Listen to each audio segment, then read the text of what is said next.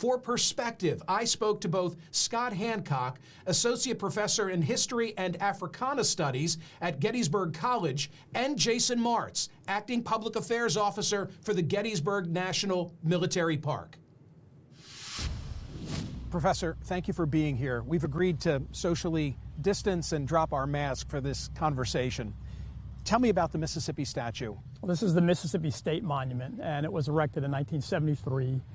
It's one of 9 of the 12 Confederate state monuments that goes up during the Civil Rights era, immediately thereafter. And there are other monuments to the Confederacy, but most of them are regimental markers. And so what's different about this is it's a state monument, like the Virginia, North Carolina, and the others. So it has a more political message because of when it went up and some of the things that it says on the description of the monument itself. Well, the inscription says that these brave sires fought for the righteous cause. Which is what? Well, I would argue, and any legitimate historian today would argue, the cause was slavery, that the organizing principle of the Confederacy was slavery. But when this monument goes up, they're saying the cause is something much more abstract. It's about individual rights. Things like George Wallace, when he spoke at the dedication of the South Carolina Monument, said it was about protecting the constitutional and individual rights of the South, which everybody knew what he's talking about was resisting federal orders that they had to desegregate. And it was about maintaining a certain kind of racial hierarchy in the South. So what message do you think was being communicated in the early 70s with the erection of this statue? I think it's very much about protecting this and communicating this identity of how some white Southerners, certainly not all, wanted to see their past. And that was a past that didn't have anything to do with slavery, didn't have anything to do with black people, didn't have anything to do with the several thousand slaves that were here in the battlefield. And they actually started talking about erecting this monument in 1962, so it took them a while to get it in place.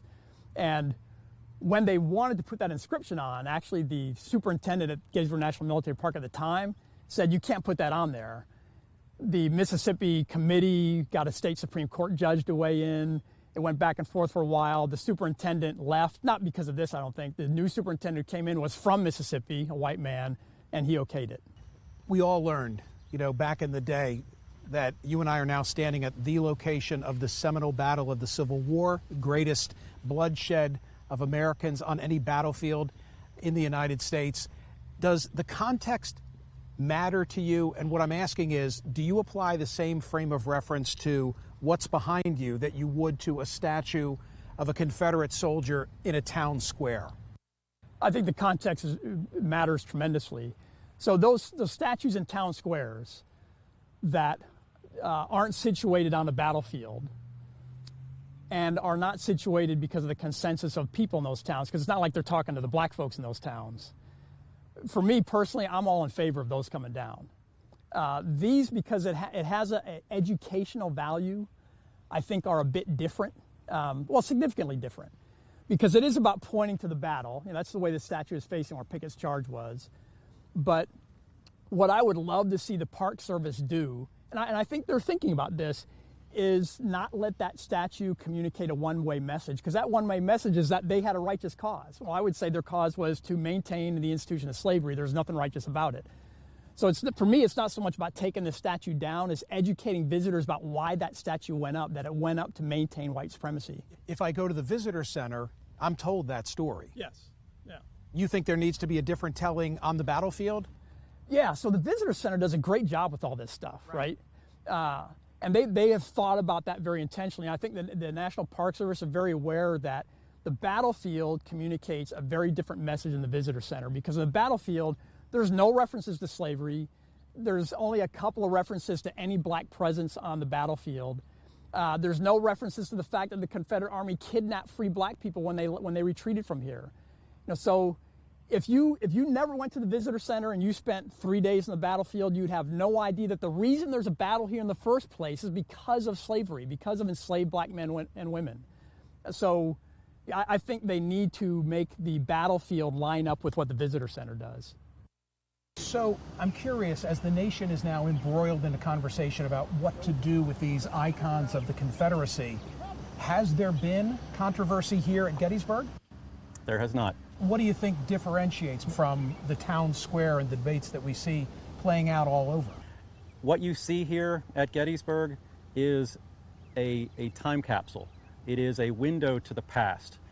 This is where those soldiers fought. Approximately 165,000 soldiers fought each other on this surrounding ground for 3 full days in July of 1863. They were here. The men from Mississippi were here. The men from Louisiana were here, and so forth, all across the battlefield. So that the tangible connection to the place and the men who fought here is unlike anywhere else. What about the issue of some of them having been erected post-civil rights era, almost as if sending, maybe not even almost, sending a message? Sure.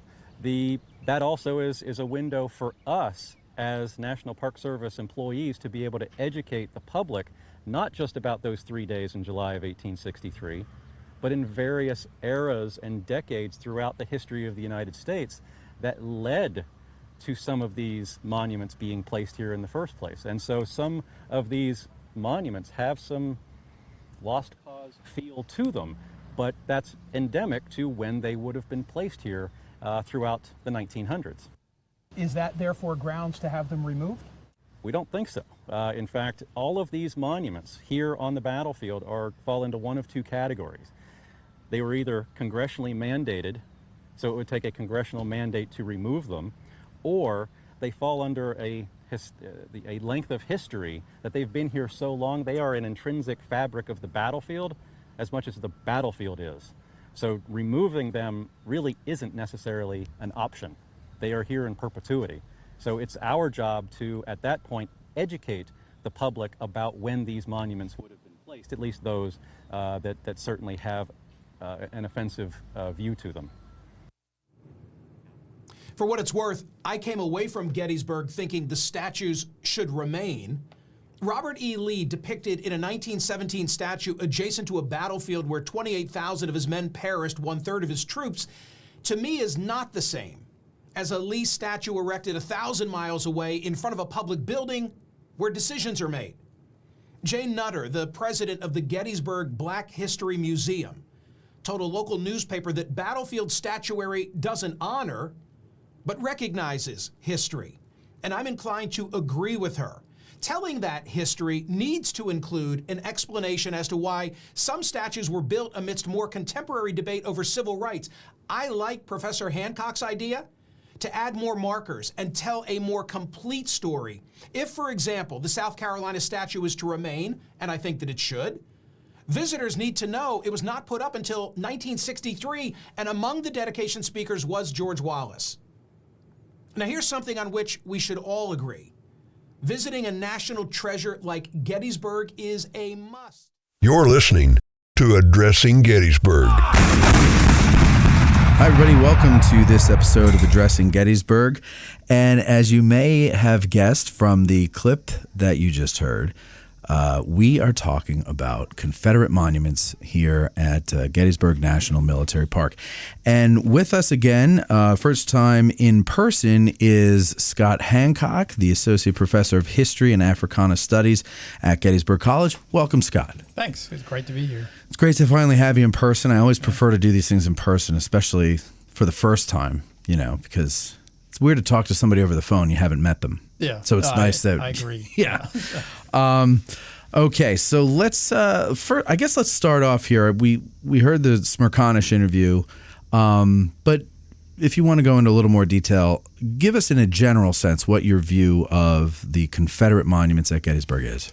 Yeah, and that's the important part, right? At Gettysburg, because like Confederate monuments and other places that are going down, I'm all for that.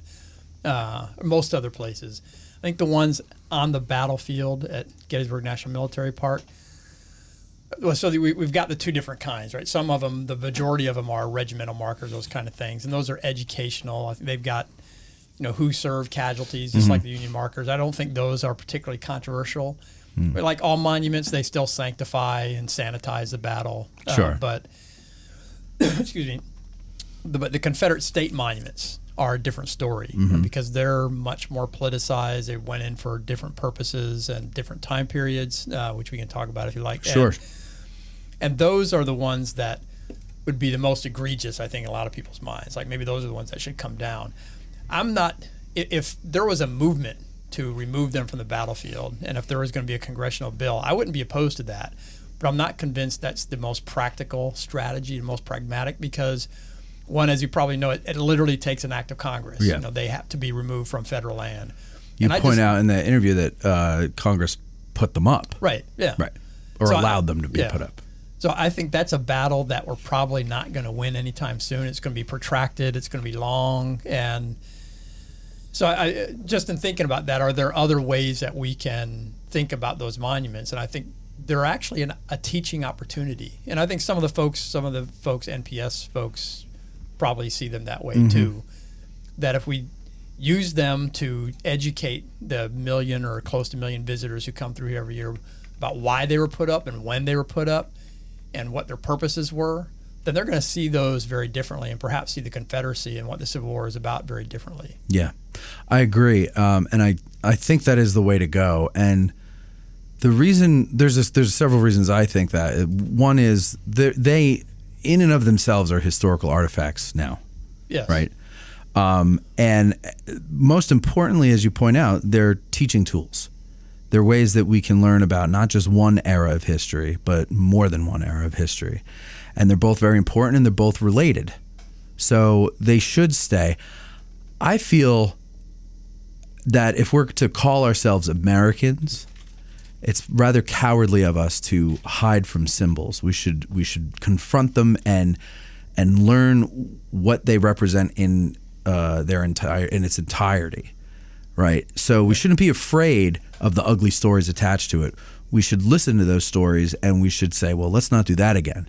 And I think they're great tools for that. If we take them away, we've got nothing. It's as if, like, what was the Union fighting? Right, and I think my qualification would be I would say they could be great tools. I think currently they are not. Correct. Because currently they are teaching something, and what they're teaching is a bad history. Yeah. But we could flip that on its head. We could flip the script on those monuments. And I think we should. And do you know, does the park have any plans to do that, put up markers or something that tells the rest of the story?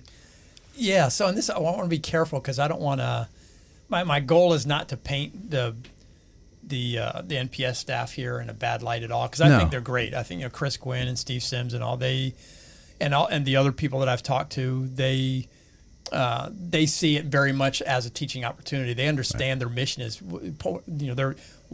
their goals, as they tell me, is to preserve the park and to educate the public, and I think they take that really seriously. Oh, they do.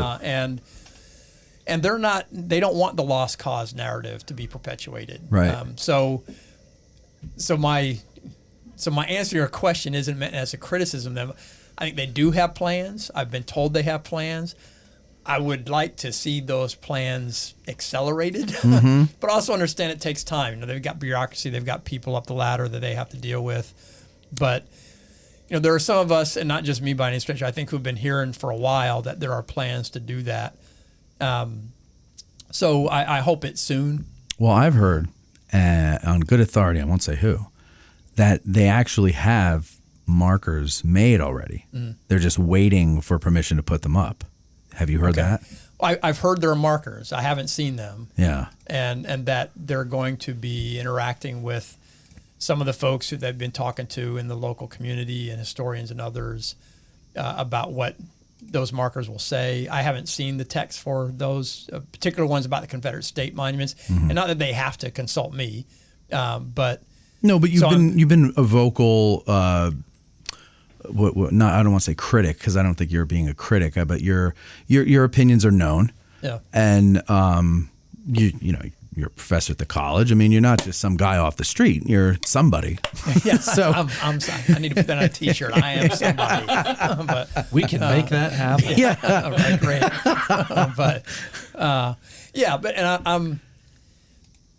And that's where I don't know all the ins and outs. Yeah. So I want to be careful that I'm not sounding too judgmental, because I don't know all the steps they have, and if they're just waiting for permission, then whoever needs to give them permission, I wish they'd hurry up. Yeah. Because it's summer. I ride my bike on the battlefield all the time, and I see these high school kids looking at the North Carolina monument, looking at the Mississippi monument, and the Virginia monument, and wonder what they're hearing, what they're seeing. Those monuments, is a friend of mine who's a communications professor, David Seitz, who's a neighbor as well. Yeah. remember he told me years ago after the Charleston 9 were assassinated, which is why I got kind of involved in this. It's a form of discourse. The battle flags, the monuments are all a form of discourse, and right now it's all one way. Yeah. So there needs to be ways to speak back into that discourse and correct the narrative. Yeah. And, I mean, after all, they lost. Yeah. Yeah. So why do they? I mean, you make a good point. And it's a little later in the conversation than I was thinking, but here. This is a quote from an interview you did in the Pittsburgh Post-Gazette. You said the Confederacy, in the cultural and spiritual sense, actually won the Battle of Gettysburg. They have been successful in rewriting the history of the Civil War, that it wasn't about slavery. We've been saying this forever. I would wholeheartedly agree with that statement. Yeah, I grew up in New Jersey. Well, Eric grew up here in Pennsylvania, and I don't remember specifically what we were taught about the Civil War, but I know that the impression that I got between that and watching old Hollywood movies about the Civil War was that it was just a disagreement that the states had, and both were honorable. The soldiers on both sides were honorable, and they fought for honorable causes, and may the best man win, and the best man won, and now we're all friends again. And that was kind of the feeling that I got, and it wasn't until, I hate to admit it, but only a few years ago when I really started digging into this stuff, when I realized, no, that's bull. Like that's, we were talking about, Eric, what was it? I guess during the monumentation period when the subject of putting Confederate monuments up came around, and the Union veterans were just as viciously against it as people are today, and that's not what you get out of Hollywood, and it wasn't what I got in the textbooks. And that's to me, that's the lost cause narrative just seeping into every aspect of our culture. Correct or incorrect? Absolutely. And and I think where I would put more pressure on whoever is further up the chain that needs to give the permission to do this faster is, I think, the Gettysburg National Military Park and the people who have maintained it over the decades, they've been a part of that. Yeah. Right? They bear some responsibility to that. And I'm not just talking like in 1917 when the Virginia Monument went up, but in the rededication of the Virginia Monument in 1987, when you read some of the speeches, which I've got here and some of the text. Oh, I would love to get They are just repeating that same thing. Can I read you an excerpt from, so this is from Tennessee when it was put up in 1982. Right? Okay, so 1982, in my lifetime. This is not the distant past. So the dedication speech, this is just part of it. The speaker says, after the war had ended and the smoke had blown away and the crack of the musket and boom of the cannons had dissipated into eternity, the stars that once graced Confederate banners and Gideons took their place back into Old Glory. The bars in those flags took their place as stripes in Old Glory, and all this truly made Old Glory the star-spangled banner. May she wave forever, forever will she, by the grace of God. And then it goes on to say, resolve here today, the war between the states, right, war, not the Civil War, right. The war between the states, was won by Americans, of whom for a period of time some wore blue, others gray, as they fought a duel of honor on the field of honor, largely by men of honor, and so settled their differences in that fashion, just like you just said, Matt, right? They had different opinions. Yep. From out of which emerged a united nation, we must consider these men in blue and gray fought in order to preserve their beliefs and personal convictions. Now, it doesn't ever say what their beliefs and personal convictions were. Right. Right. But they're like we're all part of the family. We're all together. Yeah. We just had a squabble. Yeah. That's all. And you get the same kind of speeches when Maryland is dedicated, the Maryland Monument in 94. So this is something that the National Park Service has. They've reinforced and promulgated that narrative as well by allowing that type of talk. And so I think the Park Service has an obligation to help, and I think they want to. Like I said, I think they really want to. But, but I would like to politely, respectfully urge them to do it quicker. Yeah, my impression, and this is I don't know, but my impression is that they're waiting more for like red tape in Washington. Yeah, and I believe I was told that the previous administration had signed some executive order about not doing anything to monuments or something kind like a moratorium on it. And so that I think has to be undone, if I'm not mistaken, or something to that effect. That doesn't or at least me. that delayed any movement on it. And you know how government moves, it moves slow. So, but I think, I don't know, this is also based on nothing, but my gut feeling is that in the next year or two, they'll be up. It's better than nothing. True. While we're on that topic. But now would be such a great time because it's topical. What? Well, while we're on that topic, because I know my thoughts on this. Yeah. What would you like to see as far as interpretation goes? Like if it's going to be a wayside, and almost certainly it's going to be like a wayside, what would you guys like to see on that? You want me to go first? Yeah. Okay. Yeah. I think he was really talking to you. Well, both of them. Okay. Well, I think wayside markers are important, right? Because people read them. Sure. My wife she loves history. She's one of these people, when she goes to museums or battlefield, she reads every word. So I usually take a book when I go with her. Right. Because You're going to have some she time. takes even longer than me. Yeah. So like my dad was that way. Yeah, people read them, so that matters. But also, on the other hand, I recognize a 4 or 5 foot wayside marker is not going to compete with a 41 foot monument like the Virginia Monument or the Mississippi Monument, which are great artworks, great sculpture. And that's where I think, we need some creative ways to think about monuments or other, people more creative than me, more artistically creative than me, monuments or other things that are going to be that form of discourse that speaks back in an equal way. So I think the wayside markers are a really important start, but I think if it ends there, then it won't be sufficient, in my opinion. So ultimately, you're looking for something with, art attached to it. Oh yeah, you gotta, kind of like a counter statement, but in sculpture. Right. Yeah. One of the things that I had when I was talking to Chris Gwynn that I had just kind of off the top of my head, I said, it would be cool to have wayside markers like next to Mississippi that are vertical and as high as the Mississippi Monument. Oh man! With images, but also text lower. Where you can read like them. the stuff they have in the visitor center with the photo. So there's so you can't look at that monument without seeing that. Sure. I got one for you. But these are the kinds of things that they know that I don't know. He said, well, the issue is because of I don't know if it's the American Disabilities Act or equity issues. The wayside markers have to be where like somebody in a wheelchair could read them, and so if it's vertical, tilting your head back for some people is difficult, which I support that. I'm all for that. But it's those kind of logistics. That you don't know. Right. And I got one. I think that'll cover everything. See, I like to shock people. Okay. Go for it. So here's what I say you do. Well, how many Confederate state monuments are there? 11? There's 11. Then there's the soldiers and sailors. And then Maryland, which I would call a Confederate state monument. Well, yeah. Although I know it's technically both. It's both, but it's half Confederate. I would argue. It's Maryland. It's well, okay. So I say at each state monument or memorial, you have a statue. We find 11 African American stories, and you have a statue that depicts or represents that person and their story, and they are varied. You have freed blacks, you have slaves, you have people who were captured by the Confederates when they came up. We find these stories, we put the statue up, and we tell the story on a wayside so that people in wheelchairs can see it, and it will shock people, it will piss people off, and it will make people look and read and learn. I'd be all for that. Now and here I'll do one better. They all have to be done by black sculptors. Well, but the park probably can't do that.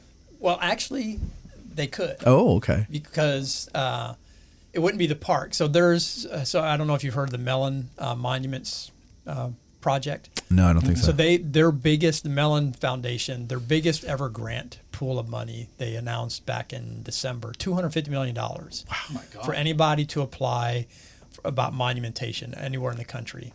So I think they've only approved 5 so far. They've got hundreds of applications. And so myself and some other folks in the Gettysburg community, Jane Nutter and some folks from the college and Janet Riggs, retired president, several of us kind of got together and are thinking about, let's do this. So we sent in a letter of inquiry to them back in January, and we are waiting to hear from them. They'll either tell us, yes, you can continue on with the application process, which is a really good sign, or they'll just say, nope, sorry. And some of the applications are really creative stuff, and I think what they're hoping for is more than just your standard man on a horse type statue. Sure. So we've applied, and we're hoping to get a pool of money from them. So the cool part about it, and this is one of these things, I don't know what what I'm allowed to say, what I'm not allowed to say, but I just on here, you mean? You can say whatever you want here. Okay. Well, no, I know here, but I mean what other you people. You can say whatever the fuck you want here. Okay. That's a good demonstration. So there's Senator Casey. Bob Casey, yeah. Has a bill that I've seen a draft of for monuments commemorating African Americans on the battlefield. It hasn't been submitted yet. I'm told that they're hoping to submit it around July 4th, but they've got a lot of stuff on their plate, so if they can't get it done by then, sure. It'll be perhaps sometime later in the year. But when they submit it, they're not asking for any money, because I know if they ask for money, then the likelihood of it going through is much slimmer. So get it through first, and then ask for money later. Yeah. Yeah. So what we're in our ideal world is the bill would get through Senate, it would be approved, and the Mellon Foundation would say, yeah, we like your proposal, because it's in conjunction with perhaps trying to have a Black History Museum here, like Jane Nutter and others are spearheading that effort. And also it has to be in conjunction with the institution, so it's with the Gettysburg College. So it's, right. And a variety of things. But once the bill gets approved, then there can be a committee formed to appoint, who's going to choose the sculptures, and that committee can say, well, we're putting out a call for sculptors, and we're looking for, in particular, people of African descent. And I don't know what legally how that works, if they can only limit to that, but they can certainly encourage that, right? There's some way around it, yeah. They can, well, maybe encourage it through like Black universities, through the art department or something. Yeah, there's a variety of ways. There's a Black Gettysburg High School graduate who's an architect, Trey Thomas. He works for an architectural firm in New York City, and he's interested in being connected with you guys. So there are ways that we could hopefully foster that, but we're a long ways away from seeing that happen. But if it happens, and I'll float your idea, well, we need enough money for a statue by 11 Confederate state memorials. And I'll also leave your name out of it, so I'll pretend that it was all my idea. They'll say, "Oh, Hancock, you're so creative." Well, I have a recorded record of this conversation. No, you can take credit for it. I don't care. All right, so let's get into this a little bit more now. So you, in this Merconish interview that we listened to at the beginning, or the listeners listened to, you're at the Mississippi Monument, and on the monument there's a line: "On this ground, our brave sires fought for their righteous cause." Mm-hmm. Now, I'm going to play the role right now of the what do you call him? Lost causer, I guess, who says the war was not about slavery. And then I'm going to say to myself, when I say that, I'm going to say, well, let's look at the Articles of Secession in Mississippi. The first sentence of the second paragraph, and the first paragraph is basically them saying, well, it says here, a declaration of the immediate causes which induced and justify the secession of the state of Mississippi from the federal union. Okay, well, we don't need it. But here's where they really start talking about what they really think. Our position is thoroughly identified with the institution of slavery, the greatest material interest of the world. So Mississippi, there's just one state there. That's the cause, the glorious cause for which their men fought. But similar language is on other state memorials or monuments. Okay, so you're saying we're not taking the monuments down. Mm. So there has to be a rebuttal to that statement, right, on whatever we put up next to it. Yeah. And see, that's why I think having a statue of an African American with their story, you can say, this is the glorious cause, and then tell the horrible story of this person, as an enslaved person and what they went through and all that other jazz. Yeah. That's just one idea. But anyway, there are other, you can look at the ladies and gentlemen, the battlefields.org, the trust has a whole page of all the declarations, causes, etc., of the seceding states. And you can go and read them for yourself. Another one is Georgia. They say, for the last 10 years, we have had numerous and serious causes of complaint against our non-slave holding Confederate states with reference to the subject of African slavery. Now, their use of the word Confederate here is with a lowercase c, so they mean fellow states in the Union, is what I'm imagining they meant. But the point is, when you look into all this stuff, the deeper you dig, the harder it is to make that argument if you're a reasonable person. I don't know. How do you handle that? Like, have you encountered people who say, you know, it wasn't real about slavery. My great-grandpappy fought for the whatever. And Yeah. how do you deal with that? So, well, in many of the similar ways that you do is, but I've learned over time it's best to start by asking them questions. And sometimes it's asking them questions. Like if they're from South Carolina, say, okay, so have you read the South Carolina Article of Secession or Declaration of Secession? Or, you know, same thing, Mississippi or Texas or Georgia. Those four are the most blatant about that it was about slavery. Yeah.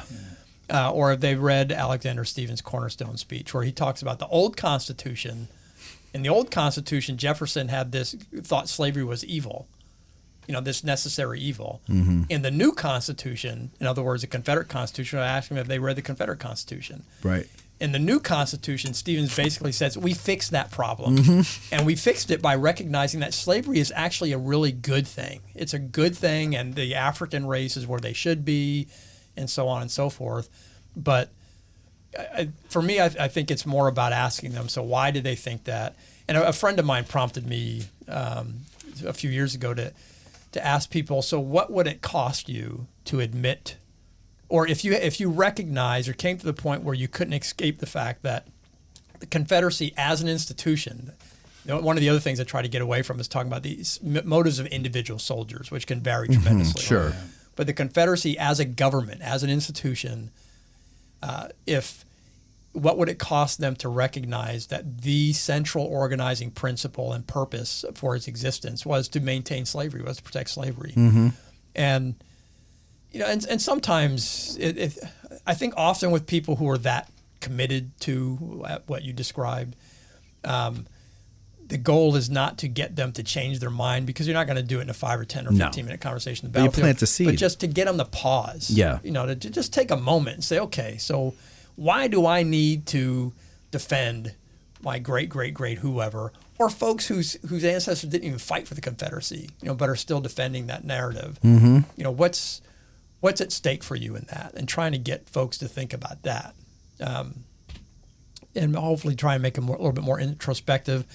The historian in me just wants to throw facts at them, right? You know, and just say, well, this is what these people said, which sometimes that's what it ultimately ends up happening. Yeah. Like especially when people start talking to me about, oh, slaves fought for the Confederacy willingly. It's like, okay, you know, as some other professors and people who know more, or military historians than I am, you know, they say, okay, show us the what's it called? The rosters, the musters. You know, show me where you can find that. Yeah. And they can't. Right. You know, they never do.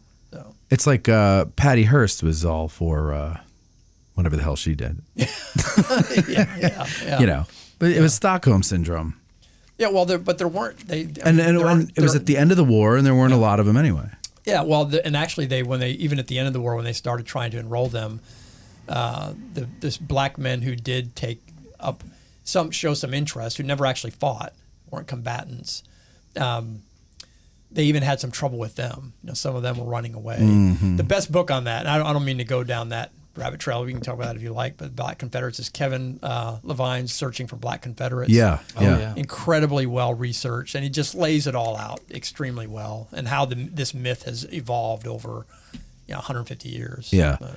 Well, it's kind of it's strange, because if you think about other wars that we've fought, and maybe I'm wrong, but it seems to me that we kind of do blame all Germans for World War II, because they went along with it. Mm.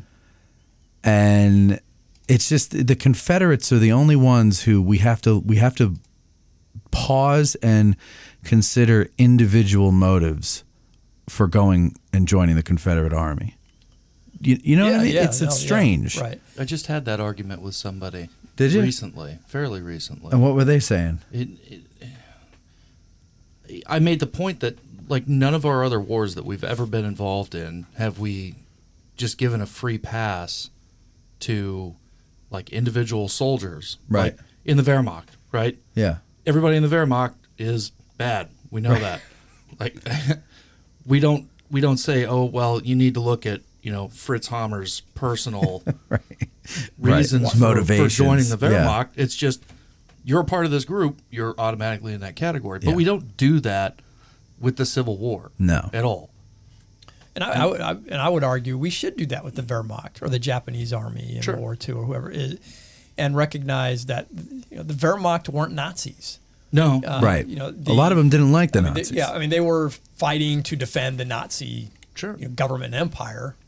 But I also don't think that understanding individual motives means that you excuse, even if their motives were they got drafted, they didn't really Sure. want it, like perhaps they didn't like the Nazis or Sure. they didn't like the Confederacy. Maybe it was some white guy from East Tennessee where he didn't really like slavery in the first place, not because he was for black equality, but he recognized that it propped up political and economic system that disadvantaged some of the poorest white men and women in the South.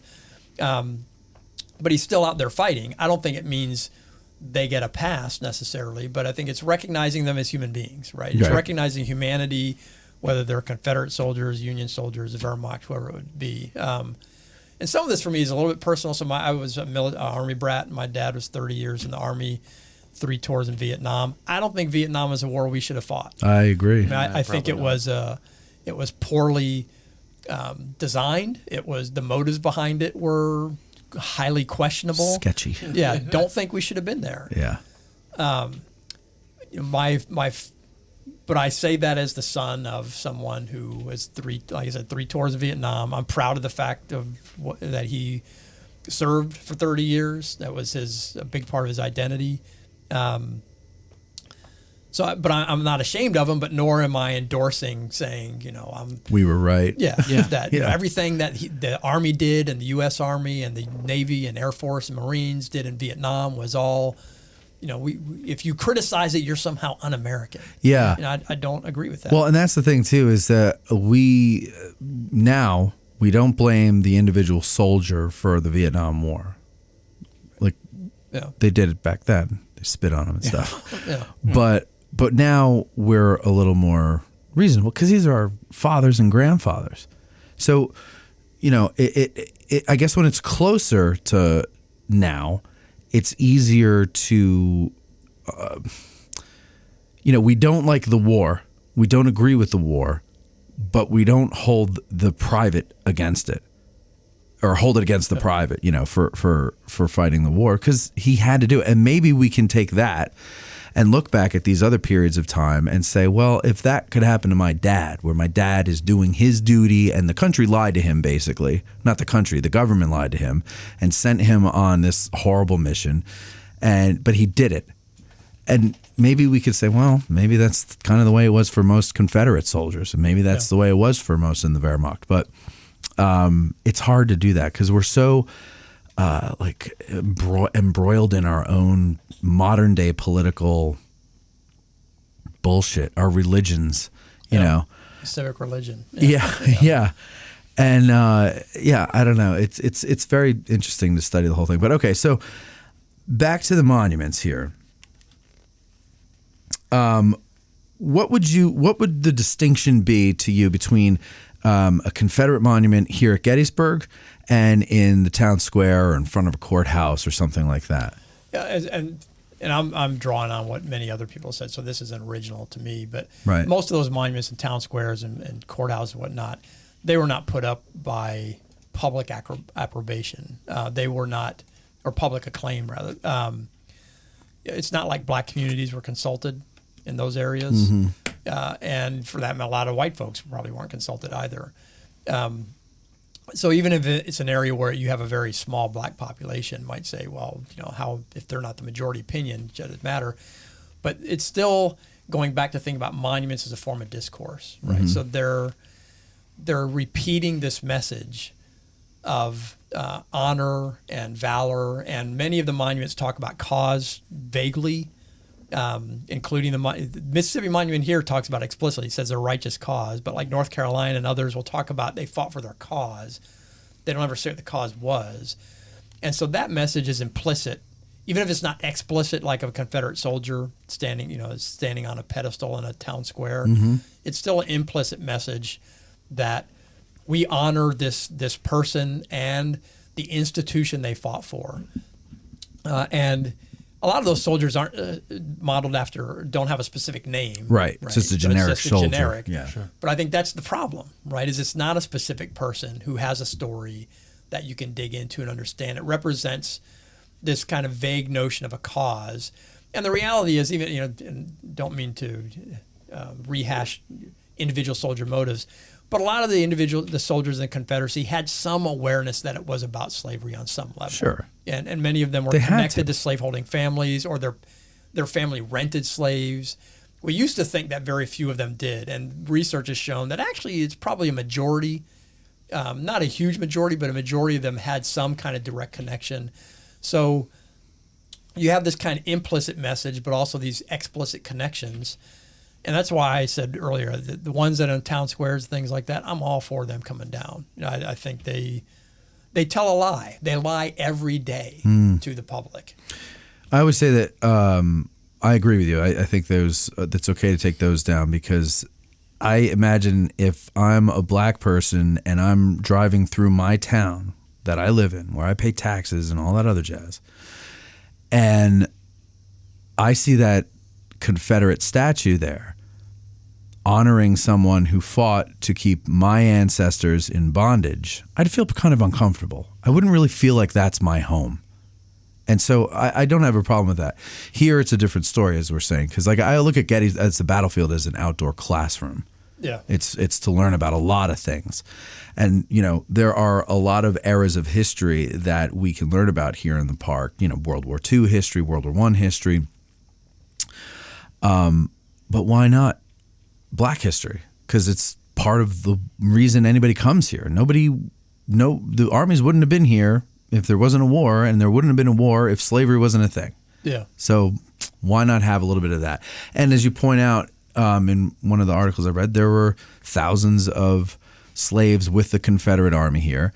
And one of the articles I read, this wasn't you saying it, this was the reporter saying it, that there were 100 Pennsylvanians, black Pennsylvanians, who were captured.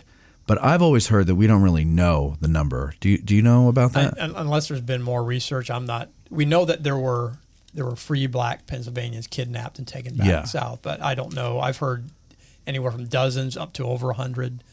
Okay, so it's low. It's a lower number than I thought. Yeah, well, I mean, I was thinking it was like thousands.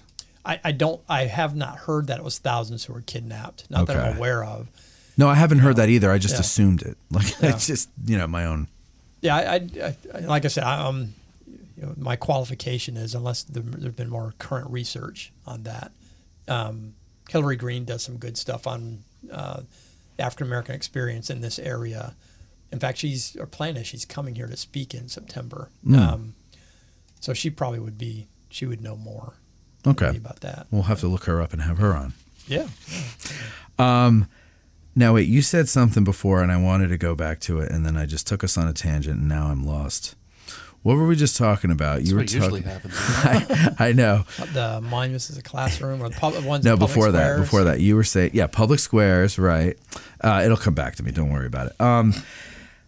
Do you think any of the Confederate monuments on the field today should come down? Any of them? Oh, that's a good question. Well, so if there's not going to be a long-term plan to balance out the narrative that they've been telling for 150 years, if it's going to be 4-foot wayside markers and it's going to stop there, then I would say let's get rid of all of them, because I don't. Let's say there is going to be a plan and it's going to be something. Would there be any that would come down then? No. Is there any that you think are not savable or should not be saved. Yeah. I'll tell you where I'm going. Okay. I think keep them all, put something up to counter the message, except for the Soldiers and Sailors Monument. And why? Because that one is to all, and it's also more specifically to the cause. Like, at least in my mind, there's no need for it. It's not to a state. If I'm not mistaken, wasn't it funded by all the Confederate states, the former Confederate states? Yeah, if I remember correctly. And the border states, I believe. And right. Okay. So right. Maryland and Kentucky, I believe, contributed pretty heavily. Yeah. So to me, that is more of a memorial, more specifically than the other ones, to the cause. The other ones mention the cause, but this one is like you're not putting this up to anybody who is specifically here.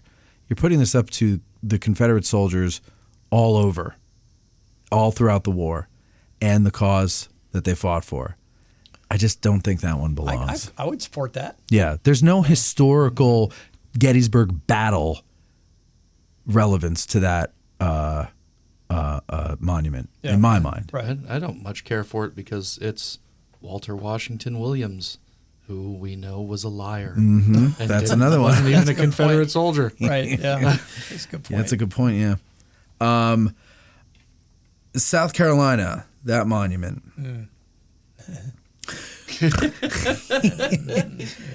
So when you go out on a tour, first of all, I mean, it's not a heavily stopped at place, right? It's kind of in a weird spot. But who was the big guy that gave the speech there? George Wallace. George Wallace From Alabama. From Alabama. Yep. And he gives a speech at South Carolina's monument. What was going on at the time that went up? That must have been the 1960s, I'm guessing. Yep. So there are 4 monuments dedicated in the centennial year, and there's 2 that are dedicated on the days of the battle: Florida and South Carolina. South Carolina is on July 2nd, and I can't remember which. Florida is on the 2nd as well. I think they're July 3rd, actually. Okay, and the South Carolina, they even, if I'm recalling correctly, because the South Carolina regiments were actually they fairly. I mean, we don't know exactly where all the regiments were, but they're pretty sure that it's pretty close to where they were staging before they came across the field for Pickett's charge, and I think that was 5:30. Well, that wouldn't have been Pickett's charge. So it was 5:30 in the evening. So one of the battles, one part of the Gettysburg battle. Assault. Okay, yeah, thank you. And the dedication of that memorial, I think, was 4:30. So they intentionally, tried to line it up right same with time. the time. Yeah. And I sometimes like school groups or college students or people that I know ask me to take them on the battlefield. So I have my own kind of like hour and a half tour of just a few of those Confederate monuments that I just friends or whoever go with, and part of me loves the South Carolina monument because you can just sink your teeth into it because there's so much wrong with it. It is just the perfect example of all this stuff because. Yeah, so it says on there they fought for the abiding sacredness of states' rights. Right. And the dedication speaker, George Wallace, who in January of that year is when he says in his famous speech, segregation now, segregation then, segregation now, segregation forever. It's the same year early in that spring when he stands in the schoolhouse door. In Birmingham, in his own state, earlier in the spring is when you had Bull Connor, when Martin Luther King and the SCLC goes to Birmingham and they have the Children's March and you get them hosing kids and the dogs and all that kind of stuff. So you have all of this stuff leading up to it. So it's no coincidence, right, that George Wallace is there. And Jill Titus, who knows more about these monuments than I do, she has said, and I'm pretty sure she's probably right, that George Wallace's speech was that day during the dedication. I saw one other source that said he gave us a speech at a banquet later in the evening. But all the evidence, I think Jill's right about that. Yeah. So he says in this speech that the South, that millions of people are looking to the South to continue to protect their constitutional individual rights. And he gets a standing ovation, Right, and he gets a standing ovation because people know what he's talking about. That when he says they're going to protect constitutional individual rights, he means they're not going to let they're not going to let the federal government tell these southern states how they have to deal with black people and race relations. That they don't have to integrate if they don't want to. That they're going to continue to maintain white supremacy. Is what he's saying. It's amazing to me that the shellacking that the North gave them in the 1860s wasn't really learned and passed down for the generation in the 1960s to understand, because it's the same thing. Yeah, they're still fighting over the federal government telling them what they can and can't do to a certain group of people. Well, this brings me to my idea for interpretation at the individual monuments. You remember those old speaker boxes that are out along West Confederate Avenue? Yeah. Okay.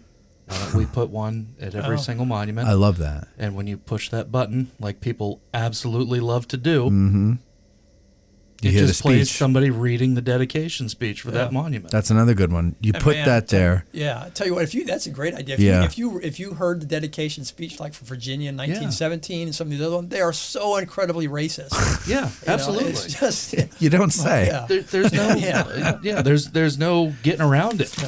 It is what it is. The But Gettysburg here's the- Times said when Wallace about Wallace's speech, he said, "For a brief moment, it seemed as though the Civil War might start all over again." Yeah, and I think there was a congressman there, May, from this. I don't know if he's from Alabama or South Carolina, and he said something about the tyranny of Washington. Yeah. In his speech, so everybody.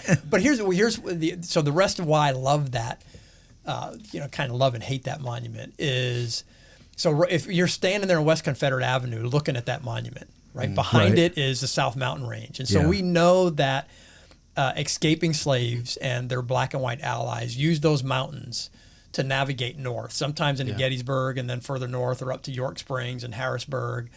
And so if you read the South Carolina Declaration of Secession, right, they got this long preamble, and then they identify why they're leaving the federal government, why they're leaving the United States.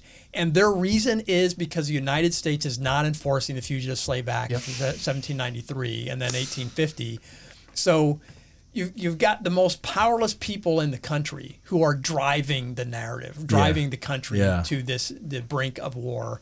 And South Carolina, but the part that I love, why I say that monument is such a lie, because basically what they were saying is the federal government isn't exercising enough power.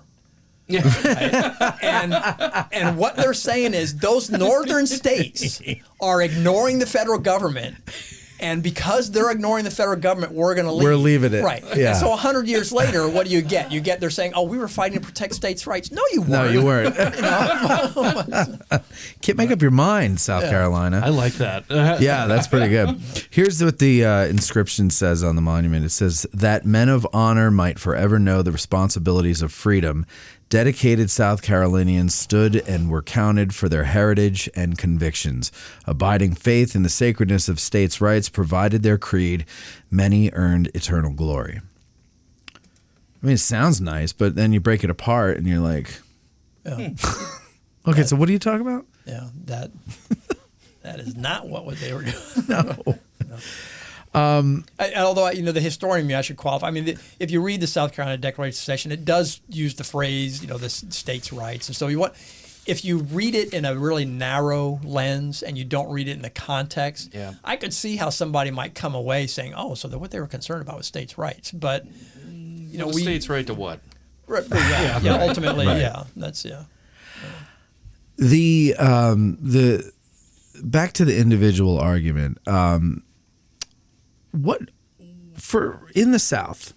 Okay, let's say, because this is another argument you always hear. Well, most of them were poor dirt farmers; and they couldn't afford a slave. But why would they fight then to preserve slavery? Because I think you're right. Everybody would have known. I think everybody would have known, because that would have been the debates in the taverns and in the newspapers and everything. Is all the stuff leading up to the war. Of course, slavery was mentioned out loud. So even the poorest, most ignorant, uneducated dirt farmer would know this from what he hears people talking about. So why would he fight to keep slaves? So a few answers to that. One, sometimes you hear people then talking about they're protecting a way of life. Yes. We hear that phrase a lot. You know, Right. they were fighting for their way of life. But they understood then, even if you're illiterate, doesn't mean you're stupid, right? Right. It means that you don't have a particular skill, but you can still be intelligent and savvy in many other ways. And so I think most of them, certainly not all, and there's certainly, and we have to understand that the white Southerners are not monolithic. You know, that we know there were white Correct. Southerners who fought for the Union, you know, small Right. percentage. And most white Southerners actually weren't for secession until it was actually starting to happen.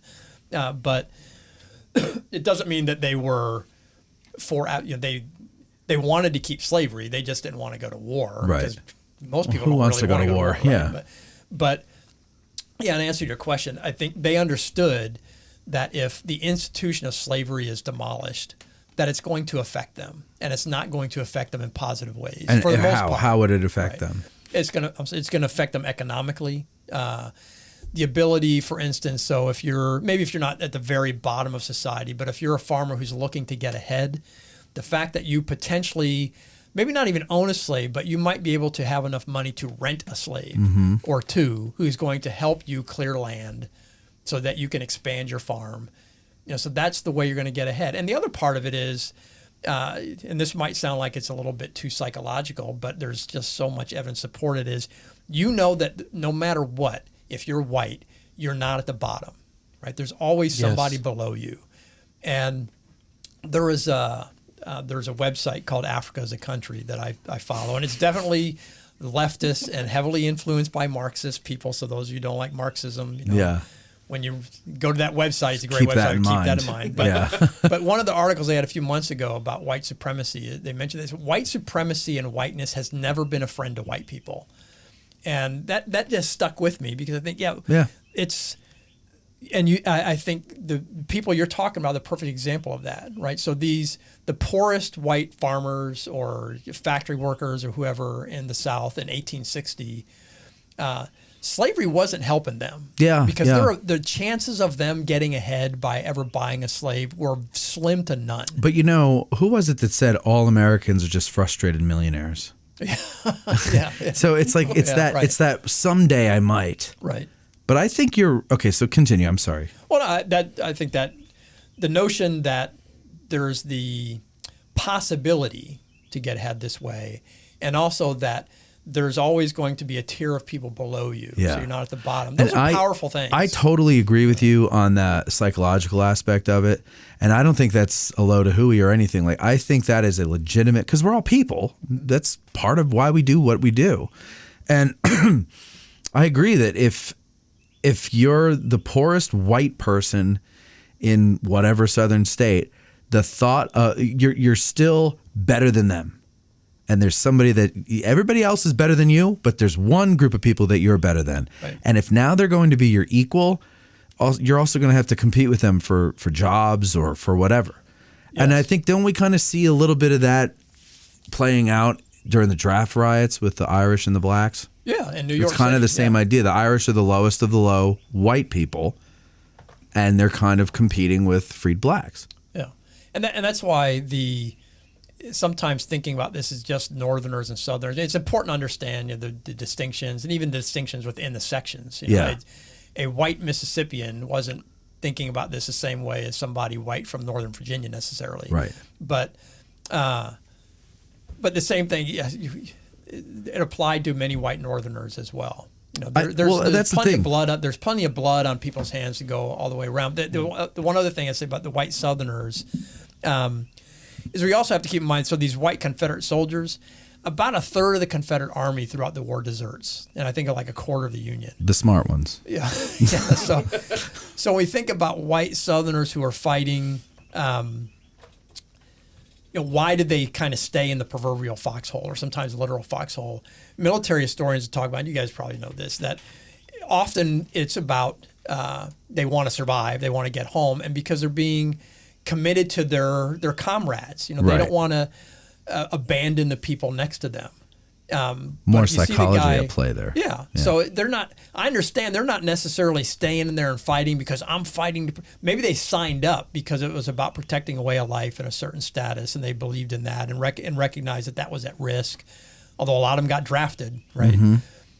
the reason they stay and fight when the bullets are flying.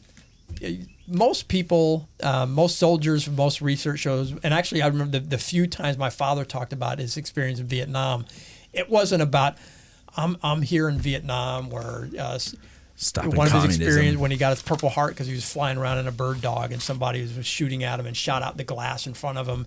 At that moment, it wasn't because I'm fighting communism. It's just, man, I just want to get home. Right. I Right. just I want to want get to home finish my alive. duty and go. Right. Yeah. Okay, so I'm gonna play devil's advocate, and I'm gonna throw some things at you that I've heard people say, and you answer them. Okay, the first one would be that the average soldier at this battle, either side, was not thinking about black people and slavery. Probably right. They probably weren't. This park is a military park, and therefore the battlefield should be used to study the battle, and all other non-military things should be relegated to the visitor center. Then let's get rid of all the monuments. Oh, wow. Playing hardball. Okay. I mean, well, but if somebody wants to be serious about that, Let me ask you this though. Could you counter the monuments in the visitor center? Would that be a happy compromise or happy medium for you? no, I don't think so, because the experience of standing on the battlefield, looking at some of these incredible artistic sculptures, I mean, they communicate in a very powerful and different way Yes. than standing in a glass, air-conditioned environment, looking at a glass exhibit, reading the text, and yeah, it's a completely different experience. Yeah. Okay. I don't disagree with you on any of those. Let me see. How about some other ones? You ain't much of a devil. Well, I'm just playing devil's advocate. Union and Confederate veterans got along great after the war, so why should we So why? now Yeah, that's a good one. argue with their monumentation? Yeah, well, one, they didn't get along great What? after the war for decades, right?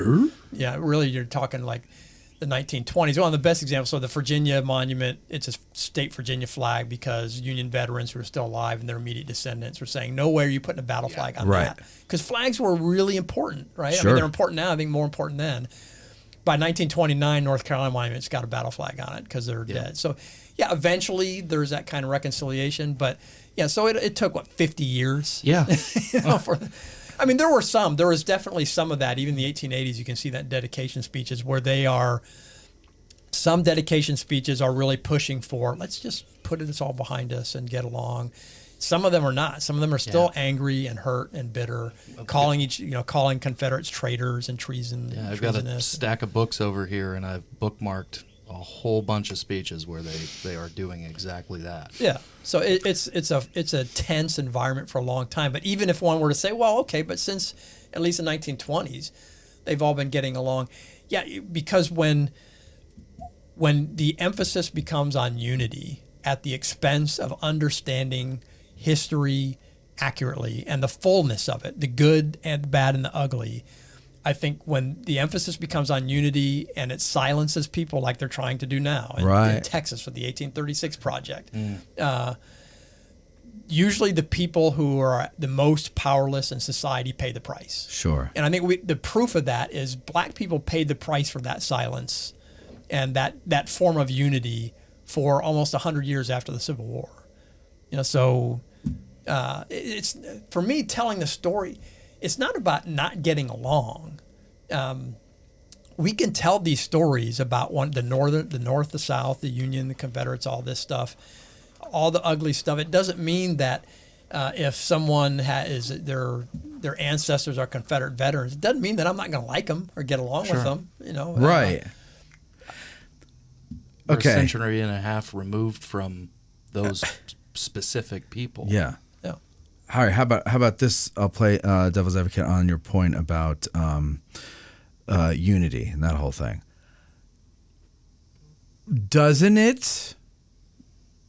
Wouldn't it require that the dominant culture of the time that had this clash truly reconcile and work together to move the country forward before they can think about other people. In other words, like you and your spouse, you get into a big fight, you almost get a divorce, but then you say, no, we're going to get back together, we're going to work on things and everything. You're not hanging out with your buddies as much, because your marriage is what's important. So once you have that solid again, then maybe she can have girls' night, you can have guys' night, and everything. But for now, we need to get solid, and there's still some animosity, and we need to work through it. So I think for us to look back and get frustrated that they didn't do more back then for black people, I think is we're not thinking it through. I think we have to realize that they had to do more for themselves first. Now, in the meantime, there were people that were making life very hard for black people, and I understand that. Yeah. So obviously they had enough focus and energy to do that while they're trying to reconcile, but many didn't want to reconcile. Yeah. And they were taking it out on the black people. So yeah, we might disagree about this, but that's okay. I'll storm out if I need to. Not if I go first. Yeah. I don't know if I necessarily agree with that. I'm just playing that theory out. I think I wonder if there's a third way, right? So, and the third way would be, there's a possibility that you could have had the dominant society. So say in this case, most white Northerners and some of the white Southerners who either fought for the Union or were, never really liked the fact that they seceded. If they had allied themselves with 4 million free black people and put the former Confederates, the ones who are most committed to the Confederacy and the maintenance of slavery and racial hierarchy, made them the minority. And I don't have any illusions. I mean, most white Northerners in 1865 were racist, right? And so I'm not saying that I don't have any illusions like, oh, most white Northerners, it would have been this great kumbaya moment where you have white Northerners and somewhat a small percentage of white Southerners and all these black people. All of a sudden, it's full equality, right? But if you had had that kind of alliance, then potentially you have a very different kind of scenario that plays out. And we know this because at times it almost happens, right? When you get the populist movement in the late 19th century, where you have some poor white farmers in Arkansas and other places connecting with free black people and recognizing we actually have some interest in common. And some of those, the folks on the lower end of the hierarchy, some of the white folks on the lower end of the hierarchy, they weren't for full black equality. It's not like they were saying, oh, we want our daughters and sons to intermarry. They would have been absolutely against that. Sure. So it's not like they're for full black equality, but they recognize we have enough common interest. When that happened, and it happens again in the 1930s, like with Huey Long, every time that has happened in American history, I should be careful about saying every time. Academics, we don't like absolute terms. Yeah, often, yes. People who recognized, people further up in the hierarchy of society, recognized the dangerous potential of that, and they worked to destabilize it in very intentional ways. And this isn't conspiracy theory stuff. No. It's like what COINTELPRO did with the Black Panthers, because you get the same thing if you've seen the movie Judas and the Black Messiah. No. Fred Hampton does this in Chicago with white people and black people and Latinos in Chicago in the 1960s. And COINTELPRO and the FBI, they assassinate Fred Hampton. They do some stuff that's clearly illegal. Right. And so there's these kind of intentional efforts to destabilize it. So to destabilize the races getting along. Those kind of alliances, yeah. See, I think that's still going on today. I think agree. The powers that be don't want people to get along, and that's what we've been hearing and seeing for 20 years more, probably. Yeah. So yeah, okay. So go ahead. Well, and sometimes when I hear myself say this, I think it sounds like conspiracy theory. I don't know how anybody can hear you say anything like that after this past year and not go, yeah, you're probably right. Because this last year to me has just completely eroded my faith in our institutions from top to bottom.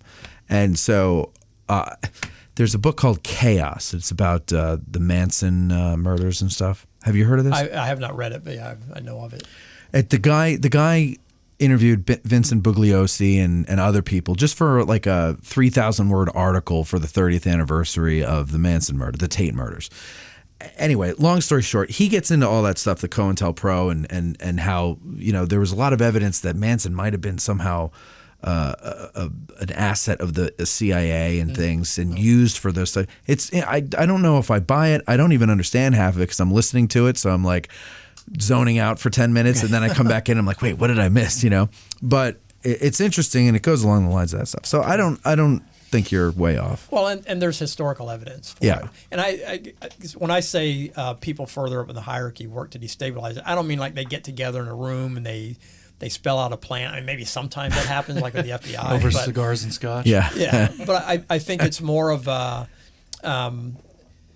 so like what they did with Tulsa in 1921, or Rosewood in Florida, or all these other places where you have black communities that are becoming more successful, and sometimes connecting with white businessmen, lower middle class, things like that. Yeah. That's a dangerous mix, and it starts with Francis Bacon's rebellion in 1676. Kind of the first instance of that, where you get Francis Bacon getting these landless white men and some Africans and Native Americans together and pose a really dangerous rebellion, and the colonial elites recognize we can't let this happen again, and they start to institute some of the kind of rules that start to crystallize racial hierarchy in law and in society. So it's not like this is anything new. No, it's inherited, and we have to try to reject it, get rid of it. Have you ever read this book, Gettysburg? Where is it here? Jim Weeks' book? Yeah, Jim Weeks' book. Yeah. I remember, it's really good. I'm not going to be able to find it, I'm sure, but there was a story in here about how in the early 1900s, black churches from like Baltimore, D.C. and stuff would come up here. And I'm totally paraphrasing a lot of this because it was years since I read this. But basically, the attitude was, we're Americans now. So we need to go and we need to learn the history of our country, and we need to be good citizens, and we need to, join them. And so they would come up here annually for these trips, and, they weren't allowed to stay in town. They had to stay out at a campground. And there were some newspaper articles in here. Well, not the whole article, but quotes from the articles about, one wench who was drunk and arrested, walking with 2 kids in tow at like 1 a.m. or something like that. And I think it was actually, I'm skipping around here. I think it was actually, so basically they stopped coming because the treatment that they got here, and they were trying, but they weren't accepted. And you see examples of this, like you're talking about with Tulsa and things. People start doing better, and they go, no, we got to put an end to that. Yeah. And so the other thing was Jill Titus. I think when we had her on, we were talking about my mind is like a block of Swiss cheese today. I kind of holds it. I totally forgot what we were talking about with her now.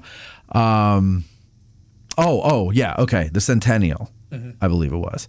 And that there were restaurants here in Gettysburg in the north that had whites only sections and, colored drinking fountains and all that stuff.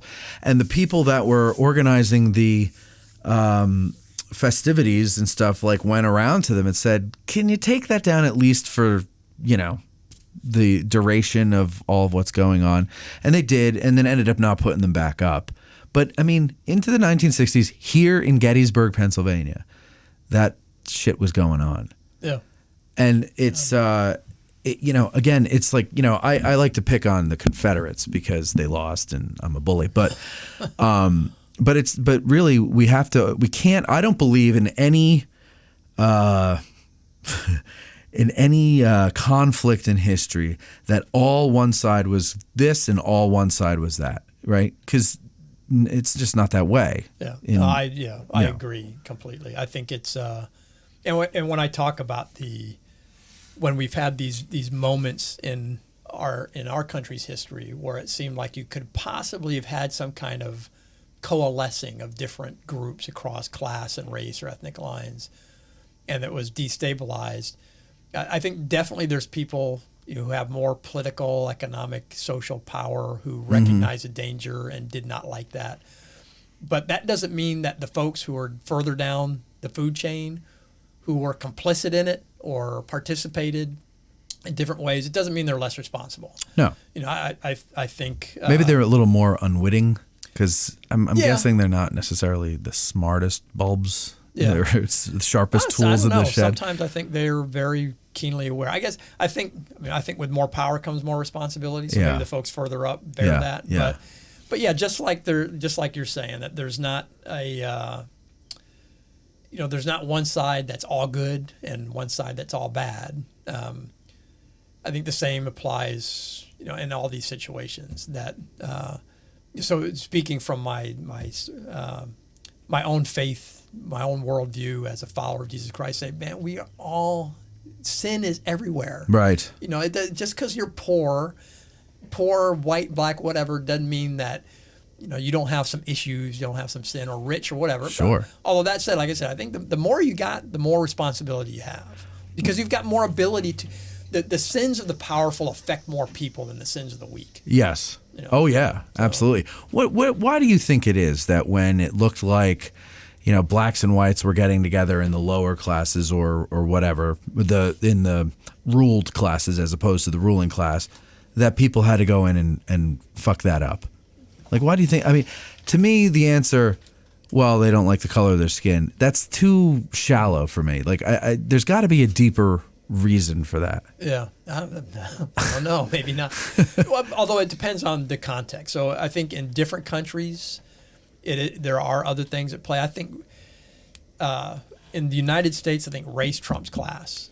Yeah. Not that class doesn't matter, but it seems that more often than not, that the ability to so, for instance, if you have these coalitions of, say, poor white farmers and black farmers in East Tennessee or Arkansas, wherever it may be, the ability to appear to the racial and racist sensibilities of those white farmers and the danger that black people might pose was not that difficult to do. And I'm not saying that all of the poor white people fell for it or got sucked in, but enough of them did. Sure. And I think it just runs incredibly deep. So if you've been raised in a society where generation after generation, you've been told, well, black people are this way.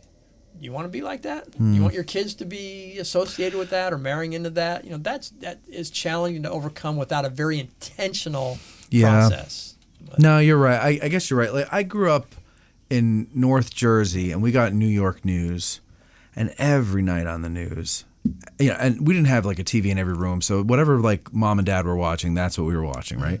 And so they'd watch the news, and every night on the news, black people getting arrested for doing this, shooting that, stabbing this, and everything like that. Well, I'll admit that for a while I was like, I'm afraid of going to New York and being around black people because this is all that happens. I was like 10. So how did that change for you? I met black people. Okay. And I talked to black people.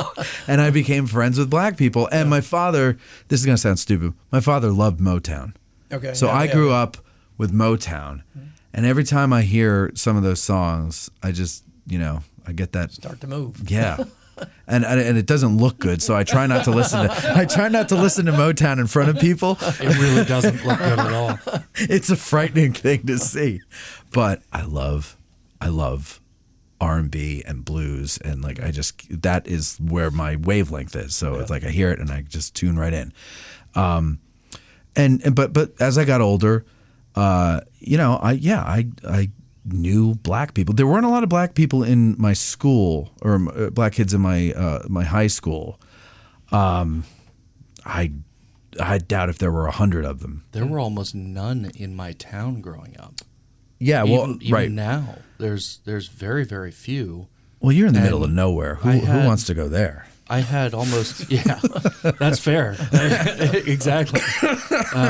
I had almost no occasion to even speak to someone who was black until I went into the Army.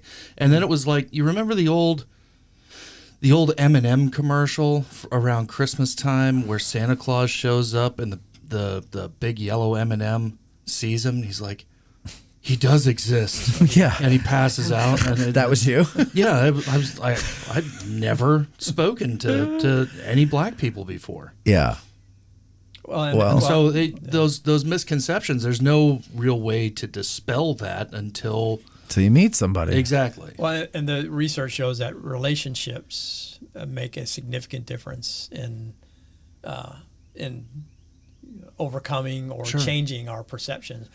What it doesn't answer, though, is so what about in many areas in the South where there's a lot of white people are around black people, or other places in the country, not just South. And I don't mean to just pick on the South. There's a lot of great things about the South and every other region. The food. But there's so one of the there's a lot of research, and the stats behind it are really impressive. That when the population of black people reaches a certain point, when it's around 23-24%, is when they start to be perceived as a threat. Right. So to society, and that's and I think it's. So when you're saying it's not just race, it must be more than that. I think you're right in a sense. It's not just race, but in American history, in American society, even currently, I think that is often, if not most of the time, at the core. Yeah. There are definitely other variables that feed into that. Because I think with black people specifically, there's a different relationship.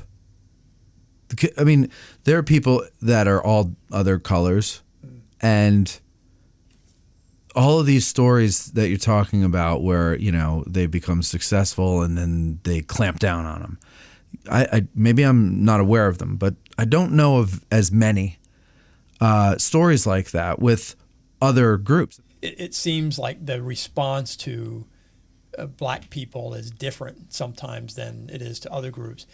And so I want to be careful because there are definitely instances where with people of Asian descent or Latinos in those communities where when they have started to get successful someplace, in the Southwest or California, where you see similar kinds of things. You see similar kind of persecution and people being robbed of what they've earned. Are you talking like officially, like state governments doing it, or are you talking like individuals? Yeah, I'm talking more, local communities. Yeah, no, I'm talking about there seems to be a different response legislatively. Oh, okay, yeah. Or if not legislatively, then like they find other ways to officially do things like gentrification or something like that. You make it not affordable, and then they got to move out, and then like just little things like that. And it seems to be always like you're talking about when they get to a certain percentage of the population, they become a threat. Right.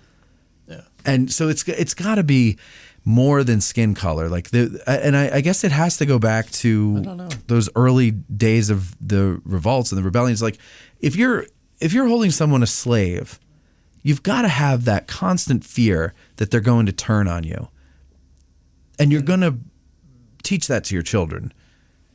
I'm guessing. I don't know. I assume so, but that would be like the same reason why you have armed guards in prison, right? You have people who are there against their will, and they outnumber you quite a bit. Yeah. So how do you keep people from rebelling? You have an armed guard. Exactly. Yeah. It's the same principle within slavery, I would imagine. Or you dehumanize them in a variety of ways, and you get the whole community on board. Yes. Right. It's a mess. Yeah. It's a it's a mess, and it's unfortunate because that's the understatement of the week. Yeah, really. It's just sad because I do agree that we have more in common with each other than not. I mean, we all have the same desires for our lives and things like that. On the whole, of course, there's people that don't, but that I like what you said, Scott, where it's really personal relationships help to dispel absolutely a lot of these misconceptions we have about people who are different from us. Yeah, definitely.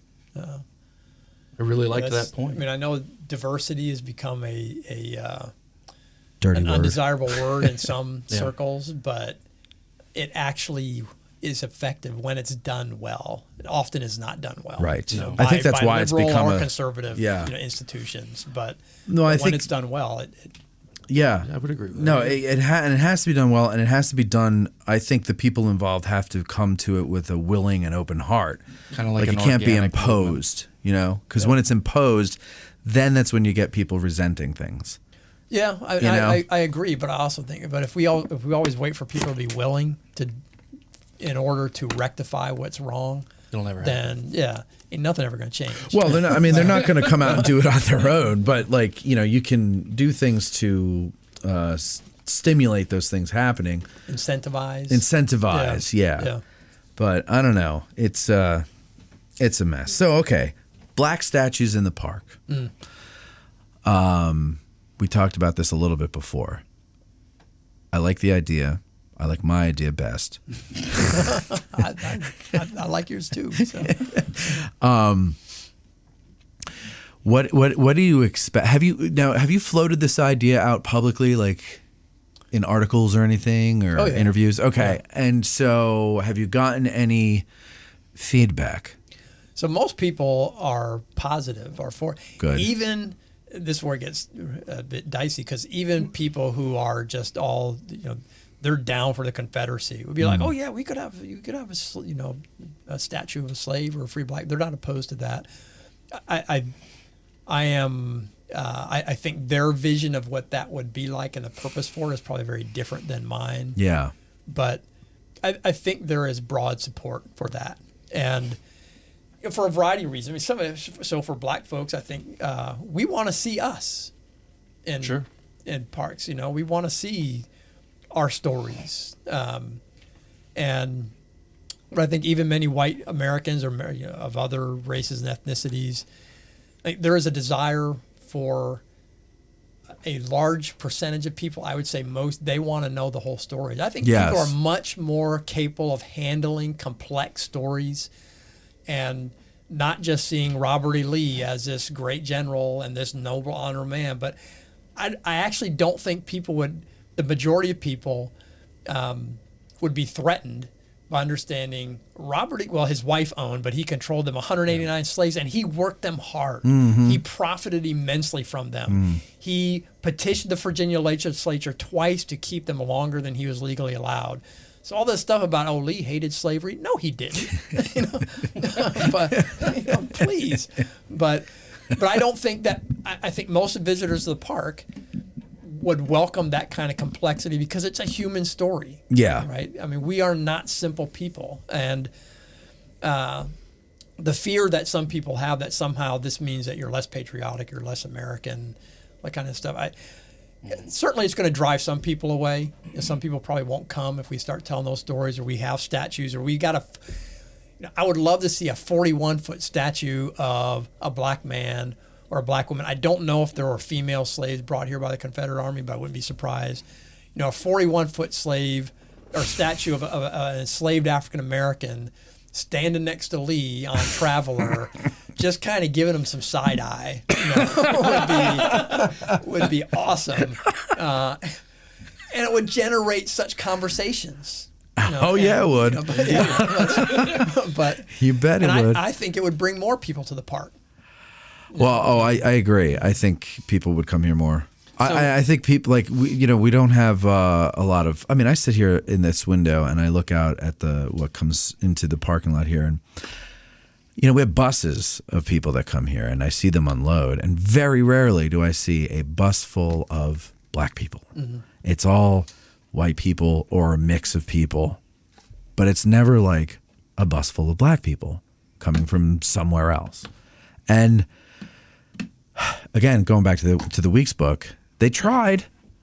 They tried, but they just weren't welcome. And then now the message hasn't gotten out that they're welcome again, or for the first time, maybe. And when you do, occasionally I see a bus of black folks. I rarely see. Sometimes I see bus loads of.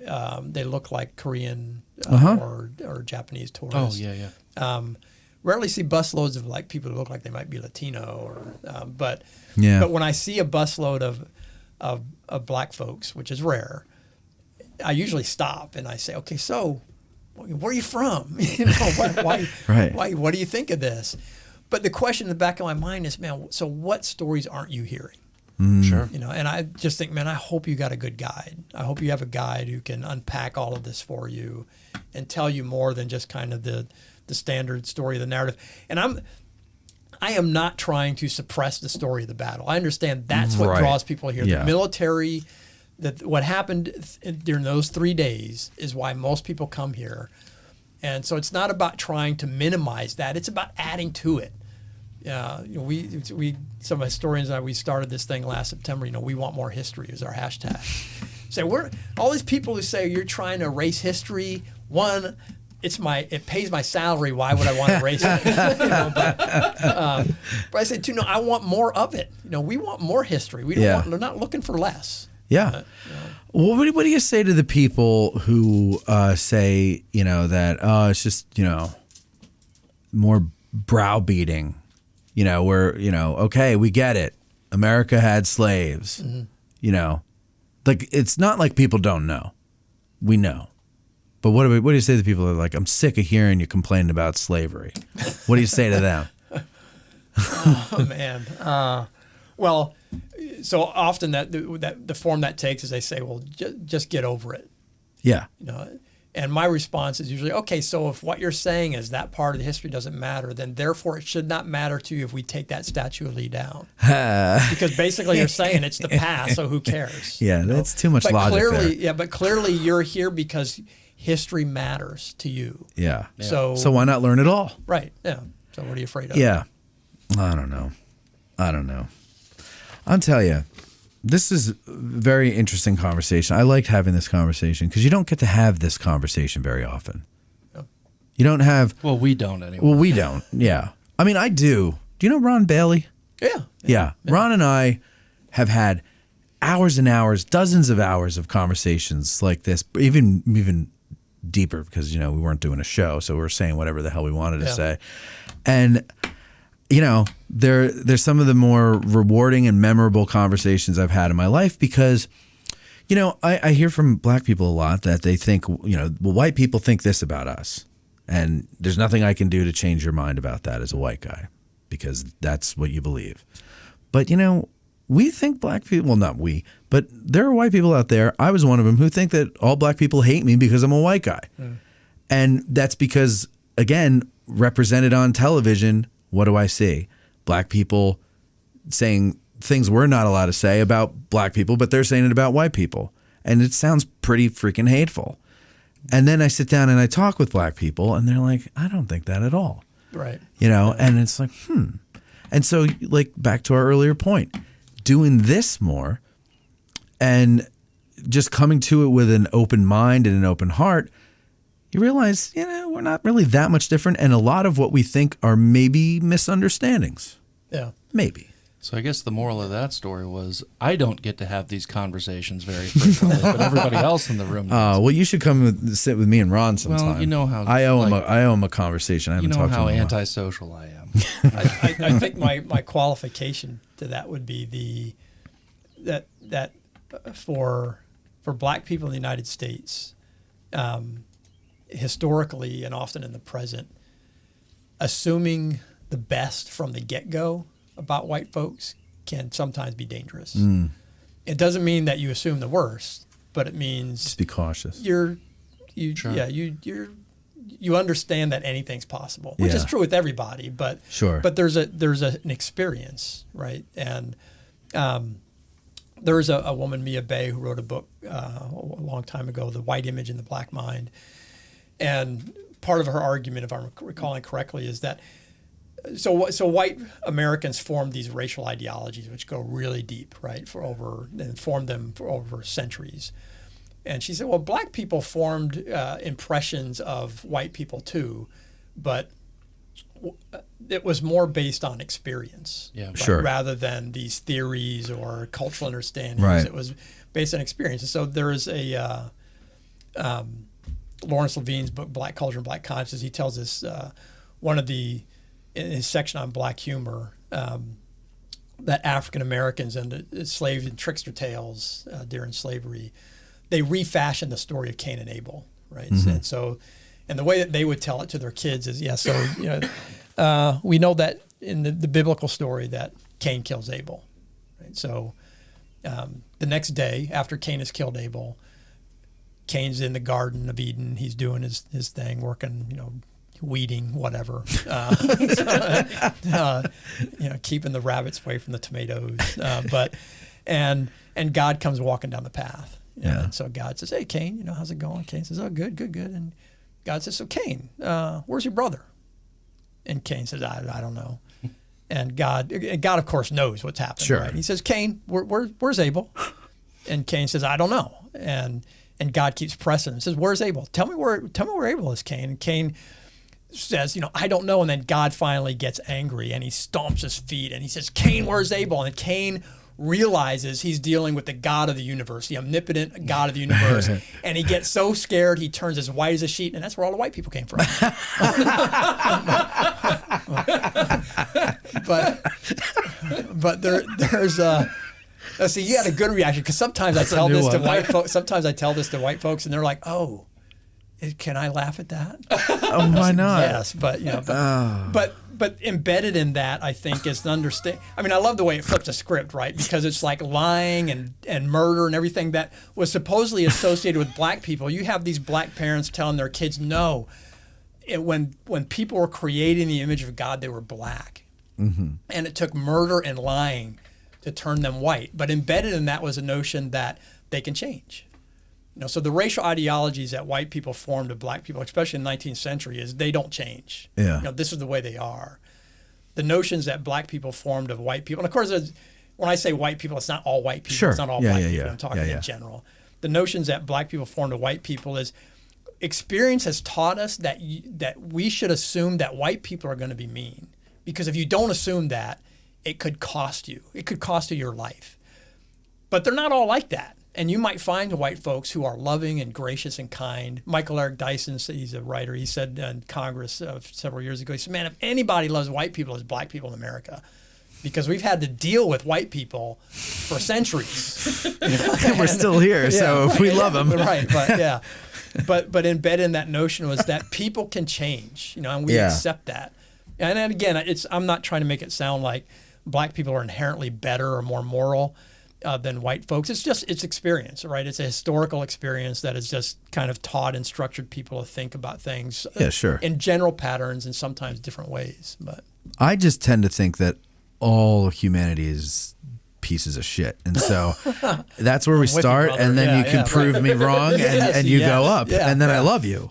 So that's how it goes. It's just icing on the cake. Right? So, Well, okay, Scott, I think we've taken up enough of your time. I really enjoyed this conversation. I hope you come on again. We can talk about whatever the hell you want. I'd love to. We can continue this, or we could talk about a totally different thing. Doesn't matter. Talking to you guys is great. I have to admit, the first time you called me, I was like, "Oh, who are these people? What are they?" But that's the reaction we get from most people, honestly. Even people who know us. Who are these random two guys who sit in a shed all day? Losers. Well, listen, we thank you. I know the audience is going to appreciate this, and I appreciate you, audience. Thank you for listening. Thank you for your support, and we'll talk to you next time. All right. We are done. Cool. Yeah, that was fun. You guys are great. Thank you.